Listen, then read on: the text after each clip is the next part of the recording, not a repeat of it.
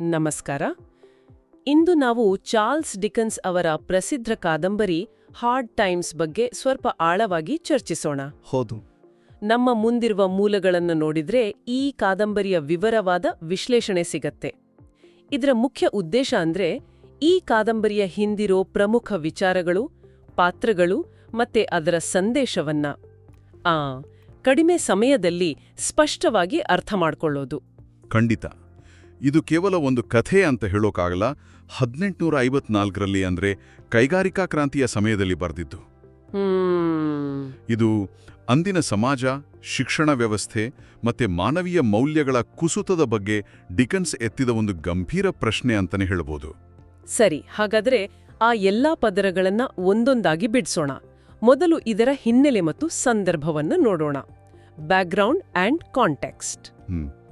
ಈ ಕಾದಂಬರಿಯನ್ನ 1854ರಲ್ಲಿ ಪ್ರಕಟಿಸಲಾಯಿತು. ಇದರ ಕಥೆ ನಡೆಯೋದು ಕೋಕ್ಟೌನ್ ಅನ್ನೋ ಒಂದು ಕಾಲ್ಪನಿಕ ಕೈಗಾರಿಕಾ ಪಟ್ಟಣದಲ್ಲಿ. ಹೌದು. ಆ ಕೋಕ್ಟೌನ್ ಅಂದ್ರೆ ಅದು ಅಂದಿನ ವಿಕ್ಟೋರಿಯನ್ ಇಂಗ್ಲೆಂಡ್ನ ಕೈಗಾರಿಕಾ ನಗರಗಳ ಒಂದು ಪ್ರತಿರೂಪ ಇದ್ದ ಹಾಗೆ. ಓಕೆ. ಇಲ್ಲಿ ಮುಖ್ಯವಾಗಿ ನಾವು ಗಮನಿಸಬೇಕಾದ ಅಂಶ ಅಂದ್ರೆ ಡಿಕೆನ್ಸ್ ಇದನ್ನ ಯಾಕೆ ಬರೆದ್ರು ಅನ್ನೋದು.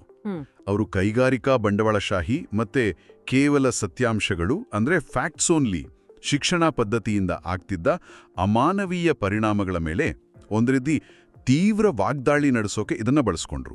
ಅದಕ್ಕಾಗಿ ವಿಡಂಬನೆಯನ್ನ ಬಳಸಿದ್ರಾ? ವಿಡಂಬನೆ ಮತ್ತು ಸಾಮಾಜಿಕ ವಾಸ್ತವವಾದ ಎರಡನ್ನೂ ಒಂದು ಅಸ್ತ್ರದ ಹಾಗೆ ಬಳಸಿದ್ದಾರೆ. ಇಂಟ್ರೆಸ್ಟಿಂಗ್. ಈಗ ಕಾದಂಬರಿಯ ರಚನೆ ಬಗ್ಗೆ ಮಾತಾಡೋಣ. Structure and narrative technique. ಇದನ್ನ 3 ಭಾಗಗಳಾಗಿ ವಿಂಗಡಿಸಲಾಗಿದೆ. ಸೋಯಿಂಗ್ ಅಂದ್ರೆ ಬಿತ್ತನೆ, ರೀಪಿಂಗ್ ಅಂದ್ರೆ ಕೊಯ್ಲು ಮತ್ತು ಗಾರ್ನರಿಂಗ್ ಅಂದ್ರೆ ಸಂಗ್ರಹಣೆ. ಇದು ಕೃಷಿಗೆ ಸಂಬಂಧಿಸಿದ ರೂಪಕ. ಇದು ಕೇಳೋಕೆ ತುಂಬಾನೇ ಕುತೂಹಲಕಾರಿಯಾಗಿದೆ ಅಲ್ವಾ? ಖಂಡಿತ. ಈ ಕೃಷಿ ರೂಪಕ ಇದೆಯಲ್ಲ, ಅದು ನೈತಿಕ ಕಾರಣ ಮತ್ತು ಪರಿಣಾಮವನ್ನ ಒತ್ತಿ ಹೇಳುತ್ತೆ. ಅಂದ್ರೆ ಬಿತ್ತಿದ ಮೇಲೆ ಬೆಳಿಬೇಕು ಅಂತ. ಎಕ್ಸಾಕ್ಟ್ಲಿ. ನಿರೂಪಣೆ ಕೂಡ ತುಂಬಾನೇ ವಿಡಂಬನಾತ್ಮಕವಾಗಿದೆ. ಅದು ಡಿಕೆನ್ಸ್ ಅವರ ವಿಶಿಷ್ಟ ಶೈಲಿ. ಇದರಲ್ಲಿ ವಿಡಂಬನೆ, ದುಃಖ ಮತ್ತೆ ನೈತಿಕ ಉಪದೇಶ ಎಲ್ಲವೂ ಮಿಶ್ರಣವಾಗಿದೆ. ನೈತಿಕಾಂಶಗಳನ್ನು ಸ್ಪಷ್ಟಪಡಿಸೋಕ್ಕೆ ಪುನರಾವರ್ತನೆ, ವಿರೋಧಾಭಾಸಗಳಂತಹ ತಂತ್ರಗಳನ್ನು ಬಳಸಿದ್ದಾರೆ. ಓಕೆ, ಹಾಗಾದ್ರೆ ಈಗ ಕಥೆಯೊಳಗೆ ಇಳಿಯೋಣ. Extended plot summary. ಮೊದಲನೇ ಭಾಗ ಸೋಯಿಂಗ್, ಬಿತ್ತನೆ. ಹೌದು. ಇಲ್ಲಿ ಕಥೆ ಆರಂಭವಾಗೋದೇ ಥಾಮಸ್ ಗ್ರಾಡ್ಗ್ರೈಂಡ್ ಅನ್ನೋ ವ್ಯಕ್ತಿಯಿಂದ. ಇವರು ಸತ್ಯಾಂಶಗಳೇ ಸರ್ವಸ್ವ ಅಂತ ನಂಬಿದವರಲ್ವಾ? ಹೌದು. ಅವರ ಶಾಲೆಯಲ್ಲಿ ಮಕ್ಕಳಿಗೆ ಕಲ್ಪನೆಗೆ ಅವಕಾಶನೇ ಇಲ್ಲ. ಕೇವಲ ಸತ್ಯಾಂಶಗಳನ್ನ ಕಲಿಸಲಾಗತ್ತೆ. ಇದೇ ಸಮಯದಲ್ಲಿ ಸಿಸಿ ಝೂಪ್ ಅನ್ನೋ ಹುಡುಗಿ ಬರ್ತಾಳೆ. ಹೌದು. ಸರ್ಕಸ್ ಕಲಾವಿದರ ಮಗಳು. ತಂದೆ ಕಾಣೆಯಾದ ಮೇಲೆ ಗ್ರಾಡ್ಗ್ರೈಂಡ್ ಮನೆಯಲ್ಲಿ ಆಶ್ರಯ ಪಡೀತಾಳೆ. ಅವಳು ಕಲ್ಪನೆ ಮತ್ತು ಸಹಾನುಭೂತಿಯ ಪ್ರತೀಕ. ಆದ್ರೆ ಗ್ರಾಡ್ಗ್ರೈಂಡ್ನ ಮಕ್ಕಳಾದ ಲೂಯಿಸಾ ಮತ್ತೆ ಟಾಮ್ ಈ ಶಿಕ್ಷಣದಿಂದ ಭಾವನಾತ್ಮಕವಾಗಿ ಕುಂಠಿತರಾಗಿರ್ತಾರೆ. ಹೌದು. ಇಲ್ಲಿ ಭಾವನಾತ್ಮಕ ಶೂನ್ಯತೆಯ ಬೀಜಗಳನ್ನು ಬಿತ್ತಲಾಗತ್ತೆ. ಇದೇ ಸಮಯದಲ್ಲಿ ಶ್ರೀಮಂತ ಗಿರಣಿ ಮಾಲೀಕ ಬೌಂಡರ್ಬಿ, ಆತ ತಾನು ಸ್ವಂತ ಪರಿಶ್ರಮದಿಂದ ಮೇಲೆ ಬಂದವನು ಅಂತ ಸುಳ್ಳು ಹೇಳ್ಕೊಂಡು ತಿರುಗ್ತಾ ಇರ್ತಾನಲ್ವಾ? ಅದೇ. ಆತ ಲೂಯಿಯನ್ನ ಮದುವೆ ಆಗ್ತಾನೆ. ಸೊ ಎರಡನೇ ಭಾಗ ರೀಪಿಂಗ್ ಅಂದ್ರೆ ಕೊಯ್ಲು. ಇಲ್ಲಿ ಬಿತ್ತಿದ ಬೀಜಗಳು ಮೊಳಕೆ ಒಡೆಯುತ್ತೆ. ಹೌದು. ಲೂಯಿಳ ವೈವಾಹಿಕ ಜೀವನ ತುಂಬಾನೇ ನೀರಸವಾಗಿರುತ್ತೆ. ಜೇಮ್ಸ್ ಹಾರ್ಥೌಸ್ ಅನ್ನೋ ಒಬ್ಬ ಶ್ರೀಮಂತ ಅವಳನ್ನ ಸೆಳೆಯೋಕೆ ಪ್ರಯತ್ನಿಸ್ತಾನೆ. ಇನ್ನೊಂದ್ ಕಡೆ ಮಗ ಟಾಮ್. ಟಾಮ್ ಜೂಜಾಟ ಮತ್ತೆ ಬೇಜವಾಬ್ದಾರಿತನದಿಂದ ಬೌಂಡರ್ಬಿಯ ಬ್ಯಾಂಕಿನಿಂದ ಹಣ ಕದೀತಾನೆ. ಮತ್ತು ಆ ಕಳ್ಳತನದ ಆರೋಪವನ್ನ ಸ್ಟೀಫನ್ ಬ್ಲ್ಯಾಕ್ಪೂಲ್ ಅನ್ನೊಬ್ಬ ಪ್ರಾಮಾಣಿಕ ಕಾರ್ಮಿಕನ ಮೇಲೆ ಹಾಕ್ತಾರೆ. ನಿಖರವಾಗಿ ಸ್ಟೀಫನ್ನ ಪಾತ್ರ ಕಾರ್ಮಿಕ ವರ್ಗದ ಸಂಕಟ ಮತ್ತೆ ಅನ್ಯಾಯವನ್ನ ಪ್ರತಿನಿಧಿಸುತ್ತೆ. ಹಾಗಾದ್ರೆ ಕೊನೆಯ ಭಾಗ ಗಾರ್ನರಿಂಗ್ ಅಥವಾ ಸಂಗ್ರಹಣೆ. ಇಲ್ಲಿ ಸತ್ಯ ಬಯಲಾಗತ್ತಾ? ಹೌದು. ಕೊನೆಯಲ್ಲಿ ಸತ್ಯ ಹೊರಗೆ ಬರುತ್ತೆ. ನಿಜವಾದ ಕಳ್ಳ ಟಾಮ್ ಅಂತ ಗೊತ್ತಾದಾಗ ಗ್ರಾಡ್ಗ್ರೈಂಡ್ನ ಇಡೀ ಸಿದ್ಧಾಂತವೇ ಕುಸಿದು ಬೀಳುತ್ತೆ. ಬೌಂಡರ್ಬಿಯ ಸೆಲ್ಫ್ ಮೇಡ್ ಕಥೆ ಕೂಡ ಸುಳ್ಳು ಅಂತ ಗೊತ್ತಾಗತ್ತೆ. ಹೌದು. ಆದ್ರೆ ದುರಂತ ಅಂದ್ರೆ ಸ್ಟೀಫನ್ ಒಂದು ಹೊಂಡಕ್ಕೆ ಬಿದ್ದು ಸಾಯ್ತಾನೆ. ಇದು ಸಾಮಾಜಿಕ ವ್ಯವಸ್ಥೆಯ ಮೇಲಿನ ಒಂದು ಕಟು ಟೀಕೆ. ಕೊನೆಯಲ್ಲಿ ಸಿಸ್ಸಿಯ ಸಹಾನುಭೂತಿಯಿಂದ ಗ್ರಾಡ್ಗ್ರೈಂಡ್ ಕುಟುಂಬದಲ್ಲಿ ಸ್ವಲ್ಪ ಚೇತರಿಕೆ ಕಾಣುತ್ತೆ. ಗ್ರಾಡ್ಗ್ರೈಂಡ್ ಸತ್ಯಾಂಶಗಳಿಗಿಂತ ಮಾನವೀಯ ಸಂಬಂಧಗಳು ಮತ್ತೆ ಕಲ್ಪನೆಯ ಮೌಲ್ಯವನ್ನ ಅರ್ಥ ಮಾಡ್ಕೋತಾನೆ. ಈಗ ಕಥೆಯ ಪ್ರಮುಖ ಪಾತ್ರಗಳನ್ನ ಸ್ವಲ್ಪ ಹತ್ತಿರದಿಂದ ನೋಡೋಣ. Major characters. ಮೊದಲಿಗೆ ಥಾಮಸ್ ಗ್ರಾಡ್ಗ್ರೈಂಡ್. ಇವರು ತರ್ಕಬದ್ಧ ಸತ್ಯಾಂಶಗಳಿಗೆ ಅಂಟುಕೊಂಡಿರುವ ಭಾವನಾತ್ಮಕವಾಗಿ ತುಂಬಾನೇ ಕಠಿಣ ವ್ಯಕ್ತಿ. ಅವರ ಸಿದ್ಧಾಂತ ಮಕ್ಕಳನ್ನ ಸಿದ್ಧಪಡಿಸಲು ಫೇಲ್ ಆಗುತ್ತೆ ಅಂತ ತೋರಿಸೋ ಒಂದು ಪ್ರಯೋಗದ ಹಾಗೆ. ಹೌದು, ಅವರ ಮಗಳು ಲೂಯಿಸಾ ಗ್ರಾಡ್ಗ್ರೈಂಡ್. ಅವಳ ಪಾತ್ರ ಭಾವನಾತ್ಮಕವಾಗಿ ಹತ್ತಿಕ್ಕಲ್ಪಟ್ಟಿದೆ. ಅವಳ ಪಾತ್ರ ಗ್ರಾಡ್ಗ್ರೈನ್ನ ಸಿದ್ಧಾಂತ ಮನುಷ್ಯರಿಗೆ ಉಂಟುಮಾಡುವ ಹಾನಿಯ ಪ್ರತೀಕ ಅಲ್ವಾ? ಖಂಡಿತ. ಅವಳ ಭಾವನಾತ್ಮಕ ಕುಸಿತವೇ ಕಾದಂಬರಿಯ ಕ್ಲೈಮ್ಯಾಕ್ಸ್. ಇನ್ನುಳಿದ ಪಾತ್ರಗಳು ಟಾಮ್ ಗ್ರಾಡ್ಗ್ರೈಂಡ್, ನೈತಿಕ ಧೈರ್ಯ ಇಲ್ಲದ ಸ್ವಾರ್ಥಿ ಮಗ. ಸಿಸಿ ಝೂಪ್, ಅವಳು ಕಲ್ಪನೆ, ಪ್ರೀತಿ ಮತ್ತು ಸಹಾನುಭೂತಿಯ ಪ್ರತೀಕ. ಗ್ರಾಡ್ಗ್ರೈಂಡ್ಗೆ ಸಂಪೂರ್ಣ ವಿರುದ್ಧ. ಜೋಸಾಯ ಬೌಂಡರ್ಬಿ, ಆತ ಬಂಡವಾಳಶಾಹಿ ದುರಹಂಕಾರ ಮತ್ತು ಬೂಟಾಚಿಕೆಯ ಒಂದು ವಿಡಂಬನಾತ್ಮಕ ಪಾತ್ರ. ಸ್ಟೀಫನ್ ಬ್ಲ್ಯಾಕ್ಪೂಲ್, ಕಾರ್ಮಿಕ ವರ್ಗದ ಪ್ರಾಮಾಣಿಕತೆ ಮತ್ತು ಸಂಕಟವನ್ನ ಪ್ರತಿನಿಧಿಸುವ ಪಾತ್ರ.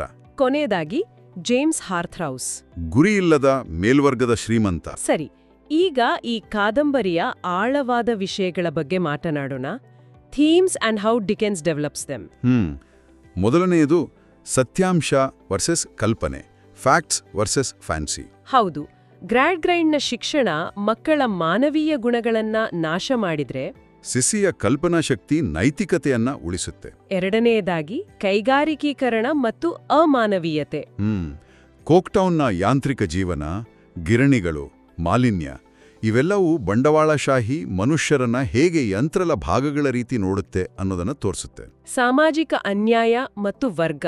ಹೌದು, ಸ್ಟೀಫನ್ನ ಬಡತನ, ಅಸಹಾಯಕತೆ ಮತ್ತೆ ಸಾವು ಇದೆಲ್ಲ ವ್ಯವಸ್ಥಿತ ಅನ್ಯಾಯಗಳನ್ನ ಎತ್ತಿ ತೋರಿಸುತ್ತೆ. ಬೂಟಾಟಿಕೆ ಮತ್ತು ನೈತಿಕ ಕುರುಡುತನ. ಅದಕ್ಕೆ ಬೌಂಡರ್ಬಿಯ ಸುಳ್ಳು ಕಥೆ ಮತ್ತೆ ಗ್ರಾಡ್ಗ್ರೈಂಡ್ನ ಸಿದ್ಧಾಂತದ ಮೇಲಿನ ಕುರುಡು ನಂಬಿಕೆಯೇ ಉದಾಹರಣೆ. ಕೊನೆಯದಾಗಿ ವಿಮೋಚನೆ ಮತ್ತು ನೈತಿಕ ಸುಧಾರಣೆ. ಗ್ರಾಡ್ಗ್ರೈಂಡ್ನ ಪಶ್ಚಾತ್ತಾಪ ಮತ್ತೆ ಸಿಸಿಯ ಸಹಾನುಭೂತಿ ಇದು ನೈತಿಕ ಚೇತರಿಕೆ ಸಾಧ್ಯ ಅಂತ ಸೂಚಿಸುತ್ತೆ. ಡಿಕೆನ್ಸ್ ಕೆಲವು ಶಕ್ತಿಯುತ ಚಿಹ್ನೆಗಳನ್ನು ಕೂಡ ಬಳಸಿದ್ದಾರೆ, ಮೋಟಿವ್ಸ್ ಅಂಡ್ ಸಿಂಬಲ್ಸ್. ಹೌದು, ಉದಾಹರಣೆಗೆ ಕೋಕ್ಟೌನ್, ಅದು ಕೈಗಾರಿಕಾ ಇಂಗ್ಲೆಂಡ್ನ ಚಿಹ್ನೆ. ಏಕತಾನತೆ, ಹೊಗೆ ಮತ್ತೆ ನೀರಸತೆ. ಹೊಗೆ ಮತ್ತು ಯಂತ್ರಗಳು ಅವು ಅಮಾನವೀಯತೆ ಮತ್ತೆ ಪರಿಸರ ಅಷ್ಟೇ ಅಲ್ಲ, ನೈತಿಕ ಮಾಲಿನ್ಯವನ್ನು ಪ್ರತಿನಿಧಿಸುತ್ತವೆ. ಸರ್ಕಸ್, ಸರ್ಕಸ್ ಅಂದ್ರೆ ಅದು ಕಲ್ಪನೆಯ ಜಗತ್ತು, ಭಾವನಾತ್ಮಕ ಪೂರ್ಣತೆಯ ಸಂಕೇತ. ಮತ್ತೆ ಆ ಕೃಷಿ ರೂಪಕ, ಬಿತ್ತನೆ, ಕೊಯ್ಲು, ಅದು ನೈತಿಕ ಕಾರಣ ಮತ್ತು ಪರಿಣಾಮವನ್ನು ಸಂಕೇತಿಸುತ್ತೆ. ಸರಿ, ಈಗ ವಿಮರ್ಶಾತ್ಮಕ ದೃಷ್ಟಿಕೋನಗಳ ಬಗ್ಗೆ ನೋಡೋಣ. Critical perspectives and interpretations. ಹೌದು, ಈ ಕಾದಂಬರಿಯನ್ನ ಹಲವಾರು ದೃಷ್ಟಿಕೋನಗಳಿಂದ ನೋಡಬಹುದು. ಮೊದಲನೇದು ವಿಡಂಬನೆ ಮತ್ತು ಸಾಮಾಜಿಕ ವಾಸ್ತವವಾದ. ಡಿಕೆನ್ಸ್ ಶಿಕ್ಷಣ ಮತ್ತು ಬಂಡವಾಳಶಾಹಿ ಎರಡನ್ನೂ ಟೀಕಿಸೋಕೆ ವಿಡಂಬನೆ ಮತ್ತು ವಾಸ್ತವವನ್ನ ಮಿಶ್ರಣ ಮಾಡ್ತಾರೆ. ಹೌದು, ಇನ್ನು ಸ್ತ್ರೀವಾದಿ ದೃಷ್ಟಿಕೋನದಿಂದ ನೋಡಿದರೆ ಲೂಯಿಳ ಪಾತ್ರ ಇದೆಯಲ್ಲ, ಅದು ಮಹಿಳೆಯರ ಮೇಲಿನ ದಬ್ಬಾಳಿಕೆ, ಬಲವಂತದ ಮದುವೆ ಮತ್ತೆ ಸೀಮಿತ ಆಯ್ಕೆಗಳನ್ನು ತೋರಿಸುತ್ತೆ. ಮಾರ್ಕ್ಸ್ವಾದಿ ದೃಷ್ಟಿಕೋನದಿಂದ ನೋಡಿದೆ ಆಗ ಇದೊಂದು ಬಂಡವಾಳಶಾಹಿ ಶೋಷಣೆಯ ವಿಮರ್ಶೆಯಾಗುತ್ತೆ. ಸ್ಟೀಫನ್ನ ಪಾತ್ರವನ್ನ ಕೇಂದ್ರವಾಗಿ ಇಟ್ಕೊಂಡು ಇದನ್ನ ಓದಬಹುದು. ಮಾನಸಿಕ ದೃಷ್ಟಿಕೋನದಿಂದಲೂ ನೋಡಬಹುದಲ್ಲ? ಖಂಡಿತ. ಪೋಷಕರ ಸಿದ್ಧಾಂತ ಮಕ್ಕಳ ಮನಸ್ಸಿನ ಮೇಲೆ ಹೇಗೆ ಪರಿಣಾಮ ಬೀರುತ್ತೆ ಅನ್ನೋದನ್ನ ಇದು ತೋರಿಸುತ್ತೆ. ಹಾಗಾದ್ರೆ ಒಟ್ಟಿನಲ್ಲಿ ಹಾರ್ಡ್ ಟೈಮ್ಸ್ ಕಾದಂಬರಿಯ ತಿರುಳು ಏನೆಂದರೆ ಕಠಿಣ ಸತ್ಯಾಂಶಗಳ ಜಗತ್ತು ಮತ್ತೆ ಮನುಷ್ಯನಿಗೆ ಅಗತ್ಯವಾದ ಕಲ್ಪನೆ ಹಾಗೂ ಸಹಾನುಭೂತಿಯ ನಡುವಿನ ಸಂಘರ್ಷ. ಹೌದು. ಈ ಆಳವಾದ ಚರ್ಚೆ ನಿಮಗೆ ಇಷ್ಟವಾಗಿದ್ರೆ ದಯವಿಟ್ಟು ನಮ್ಮ ಯೂಟ್ಯೂಬ್ ಚಾನೆಲ್ಗೆ ಸಬ್ಸ್ಕ್ರೈಬ್ ಮಾಡಿ. ಇಂತಹ ಮತ್ತಷ್ಟು ವಿಶ್ಲೇಷಣೆಗಳಿಗಾಗಿ ನಮ್ಮೊಂದಿಗೆ ಇರಿ.